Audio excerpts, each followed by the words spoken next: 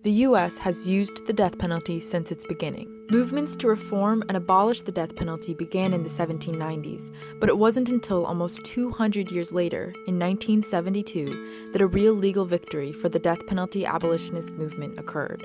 Furman v. Georgia was a Supreme Court case in which 3 death row defendants argued that the death penalty statutes in their states were unconstitutional under the 8th Amendment, which prohibits cruel and unusual punishment. The defendants won in a 5-4 decision that ruled all current death penalty statutes unconstitutional and reduced all death sentences at the time to life in prison. However, it left the option open for states to bring back the death penalty by writing new, more restrictive statutes, which many did. In Washington, the death penalty was brought back in 1981 amid the War on Drugs era for cases of aggravated murder, and since then, the state has killed 5 people and spent millions on pursuing death sentences. On February 14th of this year, a bill that would have abolished the death penalty passed in the Washington State Senate. However, on March 5th, it died in committee in the House of Representatives. We conducted a survey of University of Washington students to learn about their opinions on the death penalty. We reached out to student groups with a range of political affiliations to get diverse opinions and asked them to rate their support for abolishing the death penalty on a 10-point scale. Our results show that this is a very polarizing issue.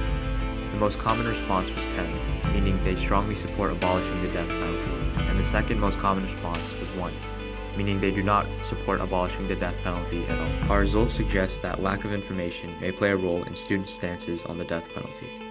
Students who supported abolishing the death penalty were 3 times more likely to know about the high cost of the death penalty compared to life in prison than students who opposed abolishing the death penalty. Our answers show that this issue has some partisan implications, but less than we expected.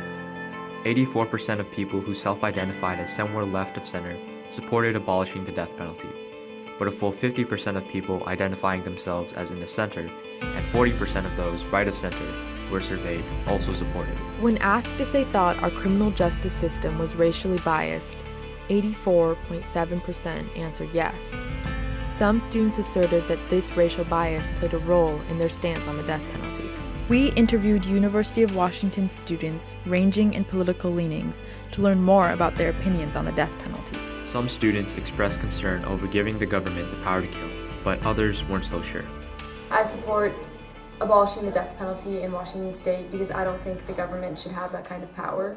I mean, yeah, I can totally see where they're coming from that, but at the same time, I mean, if you were going to go full way, the government has no right to kill anybody, then what exactly is the military?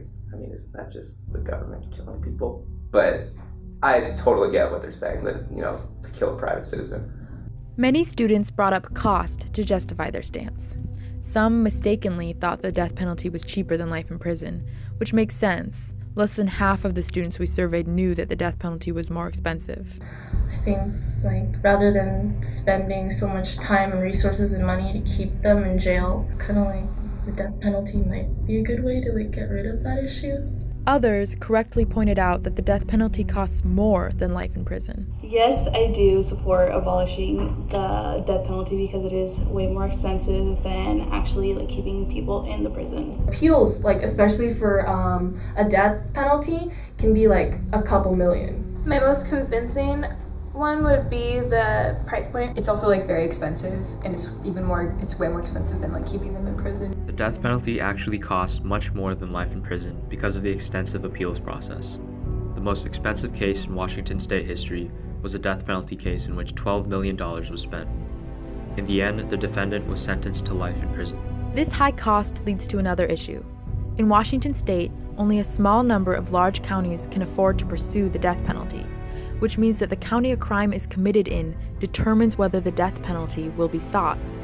Even conservative King County prosecuting attorney Dan Satterberg agrees on this issue. When people tell me that they support the death penalty, I understand it and I admire it and I respect them, but I have to answer, do you support the death penalty that you wish that we had, or the one that we actually have?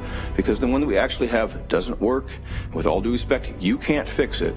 It's too expensive. It's unevenly applied. Only a few counties in the state can do it. Few students cited deterrence as a reason to keep the death penalty. I would be worried that if the consequence for something like murder, if the consequence for that wasn't severe enough, would it push people to like do it more. I think it also would kind of work more as a deterrent too, because I mean, you think about the person who's actually being killed, yeah, that's great and all, but like when you think about it as a deterrent to stop people from maybe doing this in the future. Once again, King County Prosecuting Attorney Dan Satterberg. There's also no evidence that the death penalty is a deterrent to crime. In my experience, people who commit violent crimes don't think about the legal consequences of what they're doing. They just are doing what they're doing. Some students, echoing the Furman versus Georgia decision, cited constitutional reasons. What I've heard is like they use like kind of like a cocktail of chemicals to try to execute the person. Sometimes it doesn't always like immediately kill them. It like sometimes prolongs their death, even like apparently causing them like a lot of pain sometimes. So yeah, that seems like a violation of the 8th Amendment of cruel and unusual punishment. Many students express their discontent with the criminal justice system in general, especially concerning racial bias, and question whether a flawed system should be given the power to kill. In the last 30 years, over 155 people nationwide have been exonerated and released from death row. This leads to questions about the risk of executing innocent people, which some students brought up. Especially because our system is unjust in the first place. It's wrong to kill them with like absolute certainty that what they did was wrong. I think it's very unfair. It's mostly unfair to Black African American males in the United States. It's flawed so badly. There's so much improvement that's needed and so much racism to like get over. Indeed, death penalty statistics do show racial bias.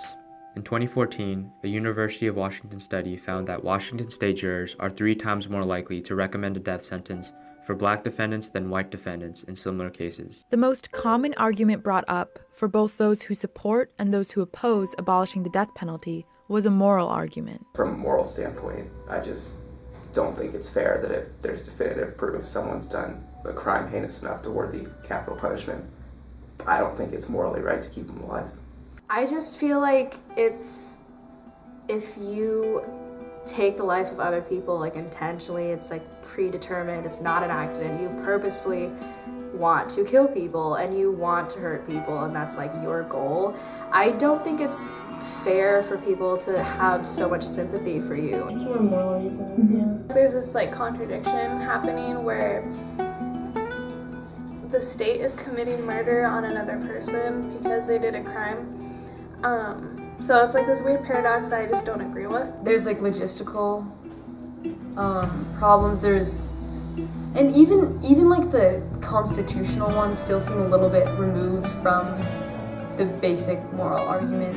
No matter what their degree of crime, even if it's like super bad, I don't think it's like super right to subject someone to that kind of like painful death. I don't think anybody deserves to die. That's just wrong. I don't know. And I definitely don't think that we are allowed, or the government or anybody's to take somebody's life away like that. That's murder, in my opinion, and we frown upon that in the entire world for the most part. So I don't understand why we would ever support it. Senate Bill 6052, which would have abolished the death penalty in Washington, just died in committee in the House of Representatives, but a similar bill will likely be proposed in the next legislative session. Washington State Attorney General Bob Ferguson, a strong proponent of the bill, said that his disappointment is tempered somewhat by the historic progress the bill made this year. The unprecedented advancement of the bill, from passing through the Senate to getting through the House Judiciary Committee, provides hope. Now, after the failure of a death penalty bill in a state with a Democratic governor and Democratic majorities in both houses, is the time to remind your congresspeople that this issue is important. Our governor has placed a moratorium on executions, but the fact that the death penalty is still in place means that money is still being spent on pursuing death sentences. When Governor Inslee is no longer in office, our state may resume executions. It's time to join the 19 states who have eliminated capital punishment and abolished the death penalty in Washington. Our survey results show that most UW students support abolishing the death penalty, and those who don't cite either factually incorrect or morally cruel reasoning. We need to think long and hard about what our use of this barbaric and outdated practice and our willingness to spend millions on it says about us as a state. If you feel strongly about this issue, we urge you to contact your congresspeople, tell them about your stance, and remind them that you care. Start honest conversations about the use of the death penalty in our state, and together we can work towards making our system of punishment more just and humane.